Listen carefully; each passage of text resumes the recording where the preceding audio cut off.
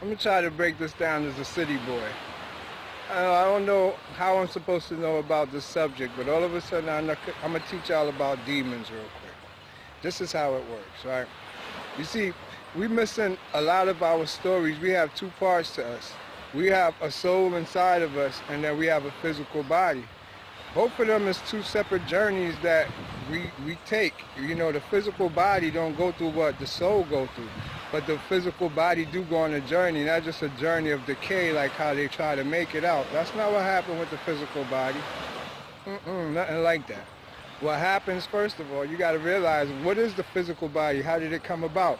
You know, you always say that, you know, we're composed of carbon and all this other shit. Why is that? Why are we composed of carbon, and what was the purpose? Well, only way you're going to get some answers is by going back to the creator.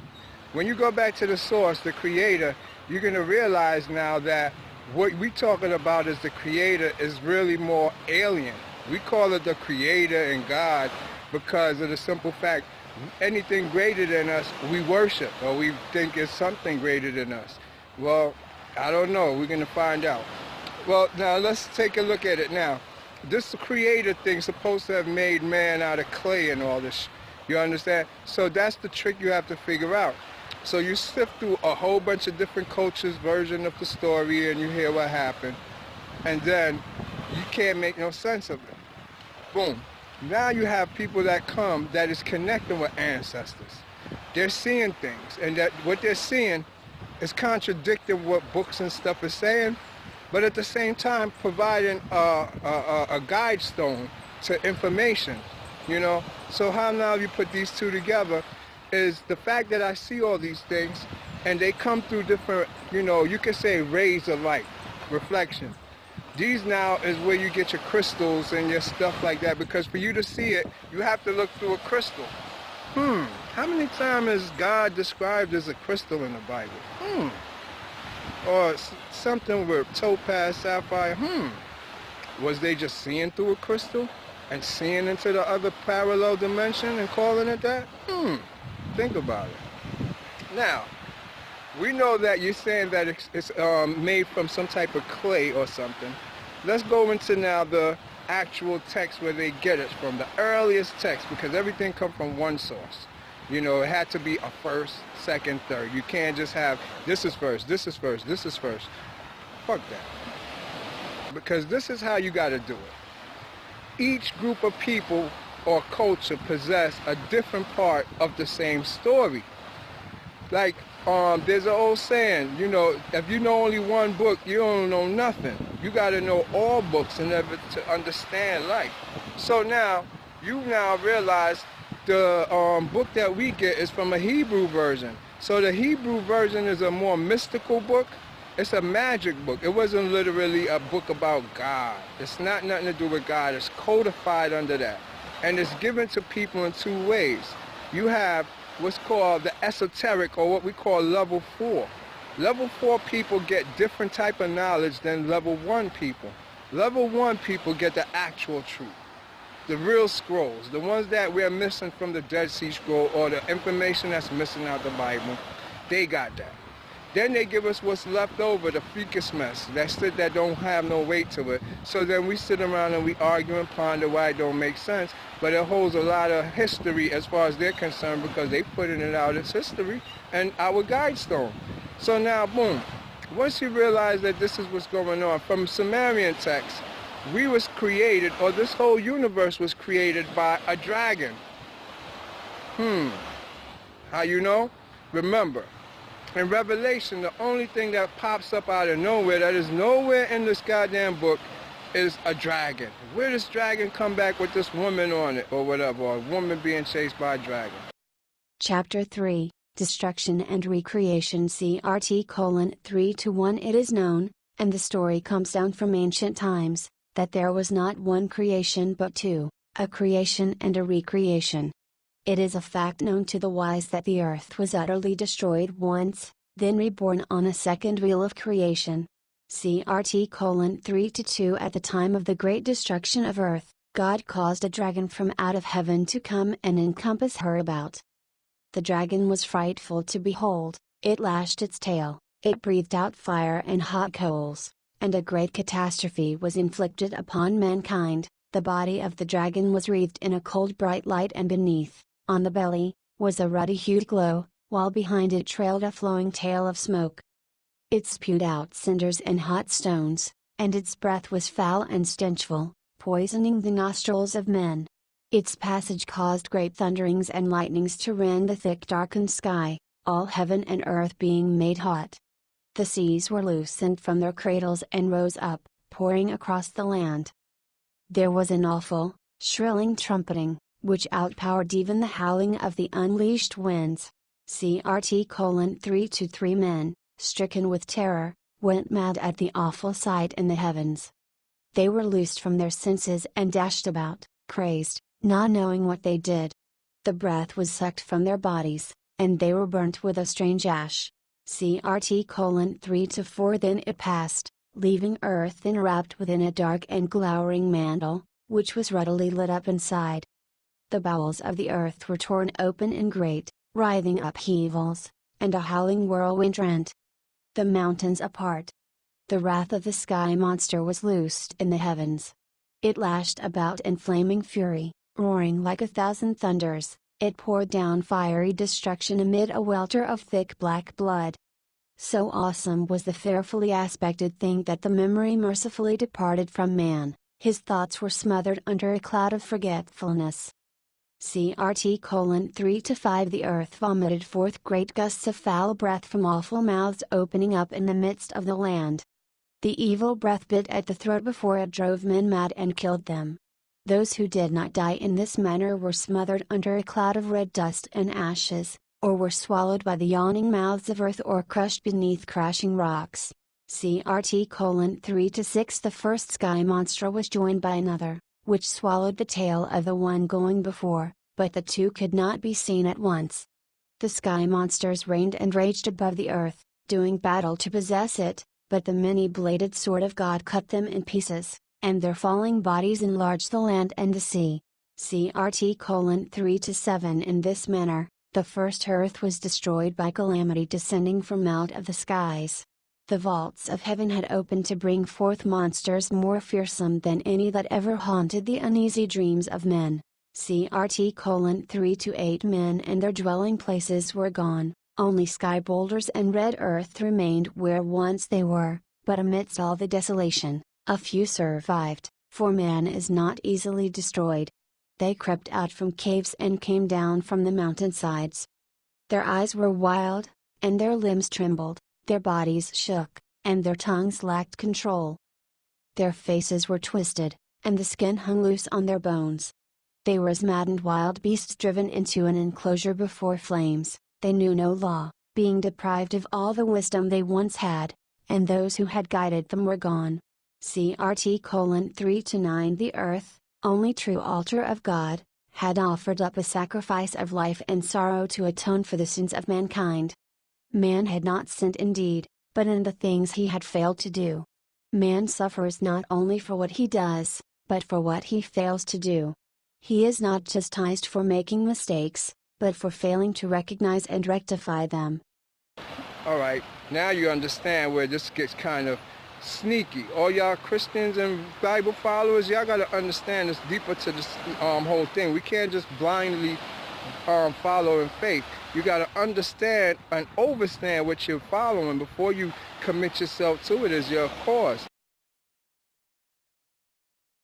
Introduction The Calabrian Bible, 21st Century Master Edition contains faithful copies of all 11 books of the historical and prophetic anthology formerly known as the Calabrian. The Calabrian Bible is an ancient secular academic work. It offers alternate accounts of several stories from the Holy Bible and other wisdom texts. Previously named the Calabrian, the work is now titled the Calabrian Bible by the publisher. This is because the term Bible accurately defines the work and also has its roots in a civilization that played a critical role in its dissemination. In the classic sense, the term Bible comes from the Greek biblia, meaning books, which stems from Byblos. Byblos was an ancient Phoenician port located in what is now the central coast of Lebanon. In their day, Phoenician traders operated the most advanced fleets of ocean-going vessels in all the world. Before their fall to the Roman Empire, their principal trade routes stretched throughout the Mediterranean area, out along the shores of Western Europe and up as far north as Britain.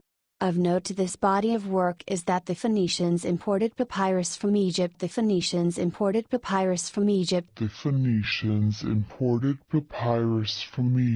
and sold it abroad along with ancient wisdom texts. In doing so, they distributed the earliest known variant of the Calabrian Bible, called the Great Book, to their various ports of call. The Great Book was originally penned in hieratic by Egyptian academicians after the exodus of the Jews, ca. 1500 BCE. Its original 21 volumes were later translated using the 22-letter Phoenician alphabet, which later spawned the Greek, Roman and English alphabets of today. The only known copy of the Great Book to survive the millennia was the one exported to Britain by the Phoenicians in the 1st century BCE. Regrettably, much of it was destroyed when the Glastonbury Abbey was set ablaze in 1184. The attack on the abbey was ordered by English King Henry II, after he accused the abbey priests of being mystical heretics. Fearing for their lives, the Celtic priests of the abbey fled into hiding. With what remained of the Great Book, there, they transcribed the surviving Phoenician translations to bronze sheets and stored them in copper-clad wooden boxes. This effort became known as the Bronze Book. In the 18th century, the Bronze Book was merged with a Celtic wisdom text called the Coel Book to become the Calabrian Bible. For more information, visit www.calabrian.com. Your Own World Books editions of the Calabrian Bible. Your Own World Books first published several print and electronic editions of the Calabrian Bible in April 2005. Each edition is a faithful copy of the 20th century major edition and uses the Calabrian citation system developed by Marshall Masters. In May 2006, Your Own World Books published second editions of the Calabrian Bible, updated with over 1,600 typographical corrections based on the Chicago Manual of Style. The verbiage remains exactly the same.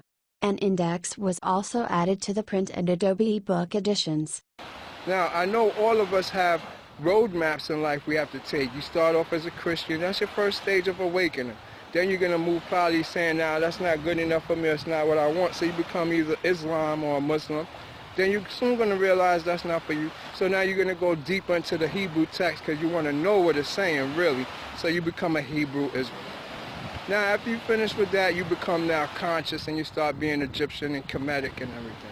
But after you leave all that, you become like now a higher being, an Anunnaki, and you become more into the science of spirituality and your soul. Now you're on the right track finally when you get to your soul, because now you're not governing yourself to the doctrines. You pass the doctrines and you're going now to infinite forms and possibilities.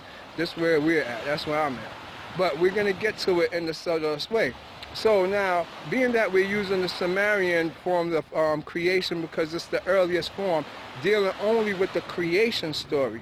Other cultures deal with different aspects of it. So the Sumerian teaches you that prior to everything, there was the dragon who came as Tiamat. 13. One out of the shadows. When starlight aligns in just the right way, our shadows come to life, plunging us naked into the depths of the underworld. The descent strips us of our illusions until finally we are born anew, rising from the underworld like the phoenix, shooting straight for the light of day, holding the promise of a new beginning. Such is the way of the black moon. She has been the missing piece in astrology, hidden among the shadows, but now it is time for her to come to light. It is time to bring the black moon out of the darkness of the underworld and into the light of day, where she can complete the pantheon of astrological bodies in our solar system. But we have a problem before we even get started.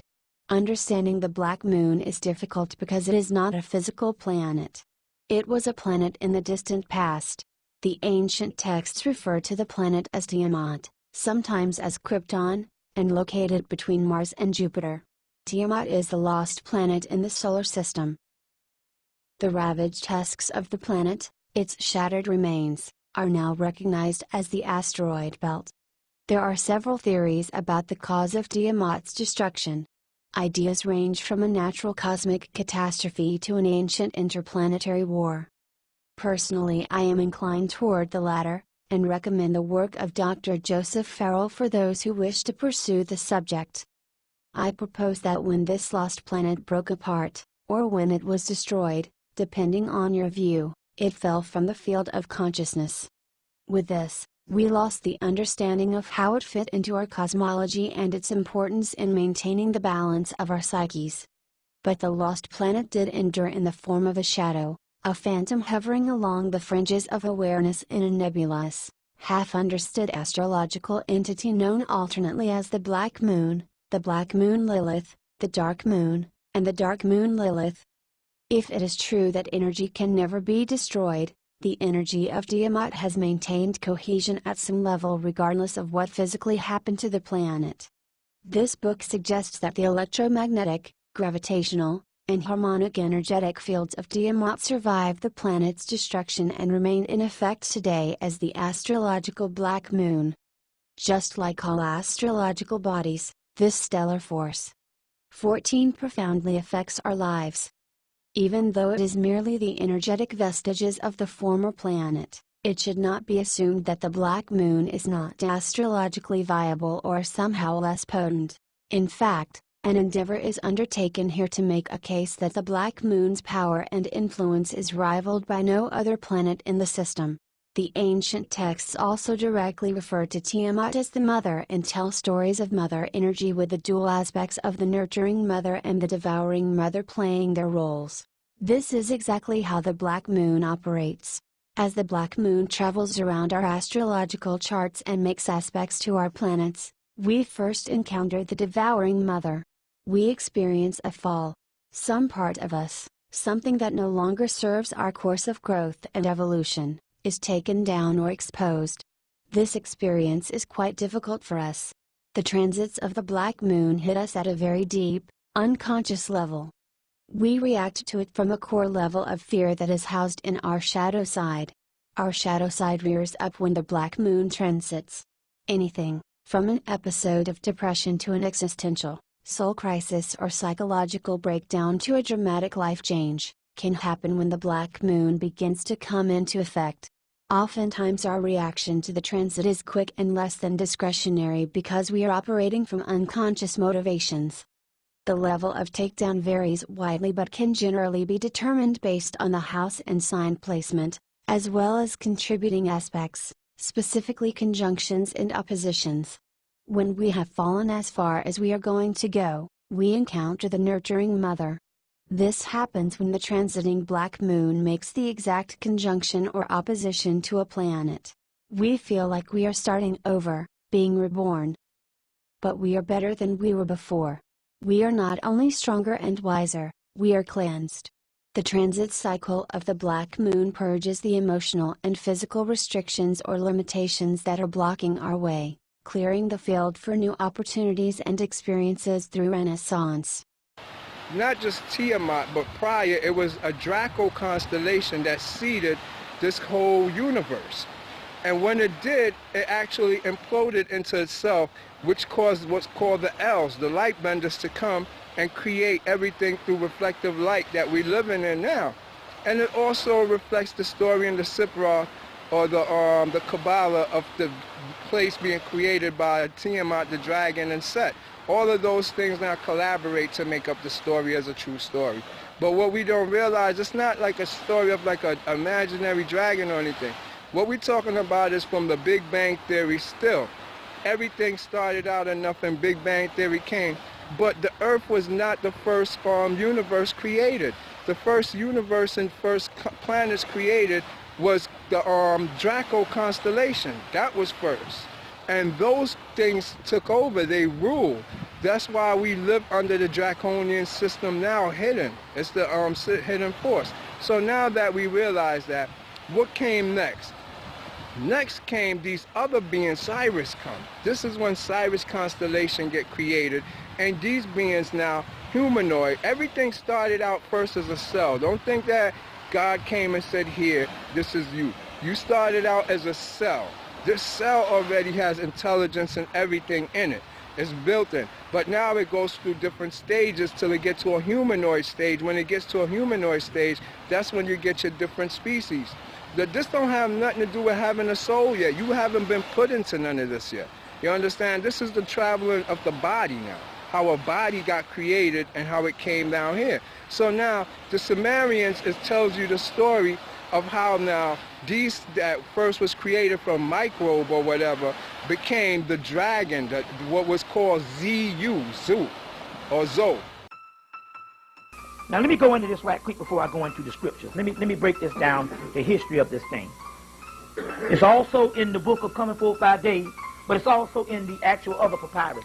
Now let's go through the whole version of this so you can be clear, so we can get it on tape. Sophia in here is not Newt. Now let's go through the beginning of the world up to where we are now. We're going to do it right now. And we break it down on the tape, so please get the tape to try to understand it, because the stuff can be confusing if you get it out of context. In the beginning, you had the triple blackness of space called Newt. Aphid, Tyre, the great mother of all, triple blackness of space. Newt has her first son called Amma and Dogon. But Newt has her first son, which is a reflection of her because she's a triple blackness of space. The first son of one is Sirius, or Soot, or Soot, or Soot. This strange, mysterious mud, the slime, the base of our word Ilium, which is the ancient name for the city of Troy. This primordial mud, or ooze, was the great mother of all living. The great mother of all, triple blackness of space. And way back in those days, man had begun to sense what was later to be more or less demonstrated, namely that all forms came out of water, and that all the organisms that were to come forth and mysterious could become living forth emotionally prior to the individualization of either, so that somewhere there was a strange common denominator of man's psychic origin, and this was the mud, the elos of the true subconscious root of conscious knowledge.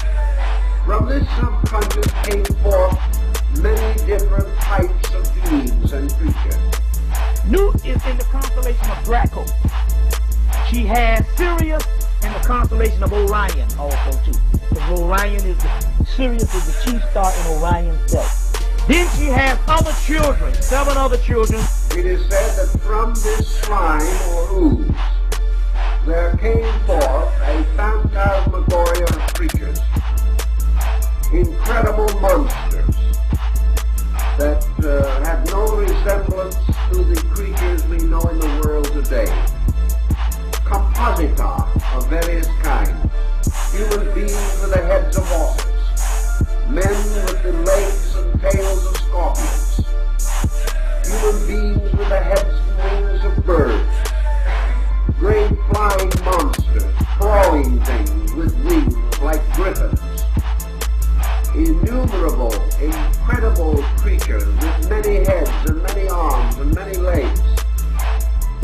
All of these monstrosities crawling out of the mud, which was the common uterus of matter, and a fantastic concept of lives and forms that were before the beginning.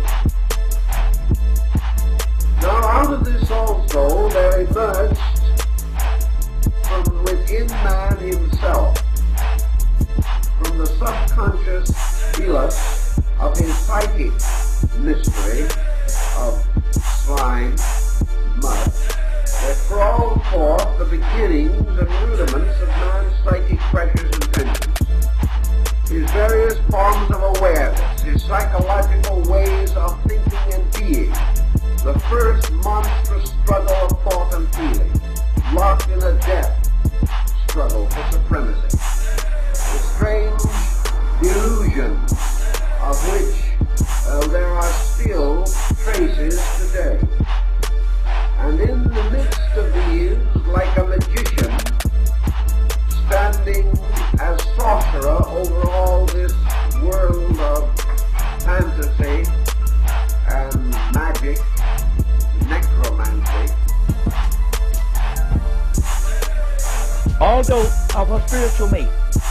gods were androgynous, they were still feminine and masculine. Although feminine was the ultimate manifestation, it was still AC/DC. So she had a baby without her spiritual mate.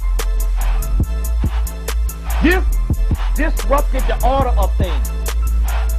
And the baby was born prematurely, and because it was born prematurely, it was aborted, and it became the vomit. Not quite developed. It wasn't all the way developed. This particular god was called Ogun. We talk about a Dollar in here, or Set Typhon. Now there's two Set. There's Sut, which is Sirius, and there's Set Typhon of the Osirian drama. And in the midst of these, like a magician, standing as sorcerer over all this world of fantasy and magic, necromancy, ruled the strange deity Enlil. This being, as the word Lil in the name implies, means demon. And the word Lilith, in relation to the story of Adam and his demon wife, implies not only a monstrous or evil creature, but by the demon, a dream, a nightmare, a strange and horrible fantasy. And Enlil became the symbol of this subjective psychic life of man, inwardly breeding monsters, even as the Elos, or the material slime, gave birth to monstrous forms. Thus incredible creatures having no true substance in reality, had their inner life issuing from the subconscious slime of the invisible world, and the forms, the strange patterns of the laws which were sometimes to generate bodies and bring them forth in order and propriety. These laws not yet having been established, forms grew in strange, fantastic, and incredible ways. Now in this combination of things, we also see certain traces of our own psychology. We say it's a terrible thing to imagine or even try to think of a world ruled over by these seething, incredible reptilian bird creatures that represented ungoverned and uncontrolled thought. But let us see how quickly the same thing can happen in the mental life of the individual. When man is unable to control his mental emotional forces within his nature, he produces terrible fantasy, morbid dreams, monsters, of which the incubus is but a good example. Man fills his invisible life with nightmares the moment he loses his rational integration. So the Chaldean may not have been so wrong when he implied that if man, relaxing the control of his mental and emotional life, becomes the plaything of monstrous intensities, so in all probabilities these monstrous intensities preceded the establishment of control, and that at some time man was struggling for the integration of his own egoic consciousness, just as nature was struggling to discover the laws by which its own formal development could be brought under order and integration. So in the beginning, there was this tremendous struggle for integration, a struggle that went on and on, according to the old story, for vast periods of time.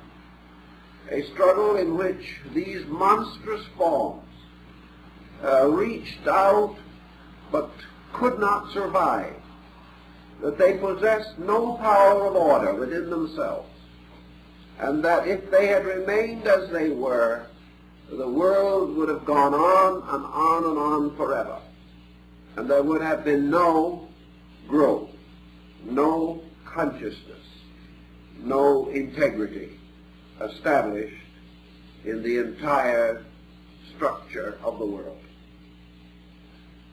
Now, as time passed and these two processes, one subjective and the other objective, continue, we find a gradual unfoldment of theology. We find the gradual recognition or the establishment of the need for an integrated concept of being. In this great struggle, something had to take over. Something had to become the leader, because these two forces, equally differentiated, would have struggled forever, ending only in chaos. Then it was, according to the Chaldean concept, that the ancient ones, the mysterious ones who had gone before, gods of an older order, are supposed to have come in and taken over and made these things gradually take shape. And in among and dominant with these gods came the deity Ea. Now Ea was the old one, very ancient. And Ea represented not the element of air, that isn't it. The deity's name is E', and it represents a very ancient being, a being that is supposed to have lived silently and eternally in space. Now perhaps if we study psychologically again, we can get some concept of what might have occurred or how the ancients believed it occurred. Out of the struggle of man in infancy to gradually integrate a mental and emotional being, this struggle gradually seems to lead to something. For in the development of things, a consciousness which has been locked behind the struggle gradually emerges, takes over, and integrates the mystery. This consciousness taking over from within seems to impose upon the great diffusion of chaotic forces a kind of law and order, and to demonstrate or prove that residing inevitably in being itself is also the experience of its own integration. And that when this struggle, when this slime of the ooze produces a certain degree of fantasy, gradually this fantasy leads to its own awakening. Just as man, under psychotic pressure, is ultimately pressed on to the restoration of his own integrity.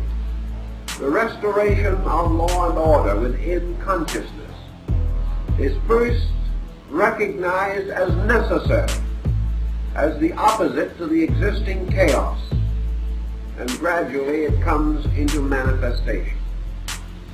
In any event, Ea was the deity who first of all dreamt and envisioned the organization of the world, and who bound the subconscious faculties of man into the service of an ancient principle that had always existed. In other words, the emergence from total consciousness, or as we might call it, the total unconscious, was in two waves or manifesting cycles. First, a chaotic, in which a psychic form, the seeds of thought and emotion structure, were projected. Then from this unconscious there also came the power of directional will, which ensouled both mind and emotions and brought them into order. At the same time, in the material world, the riot of forms which had resulted from the lack of control, this riot of forms gradually took a total picture, producing out of its own internal and eternal nature a terrible monster which was called the dragon.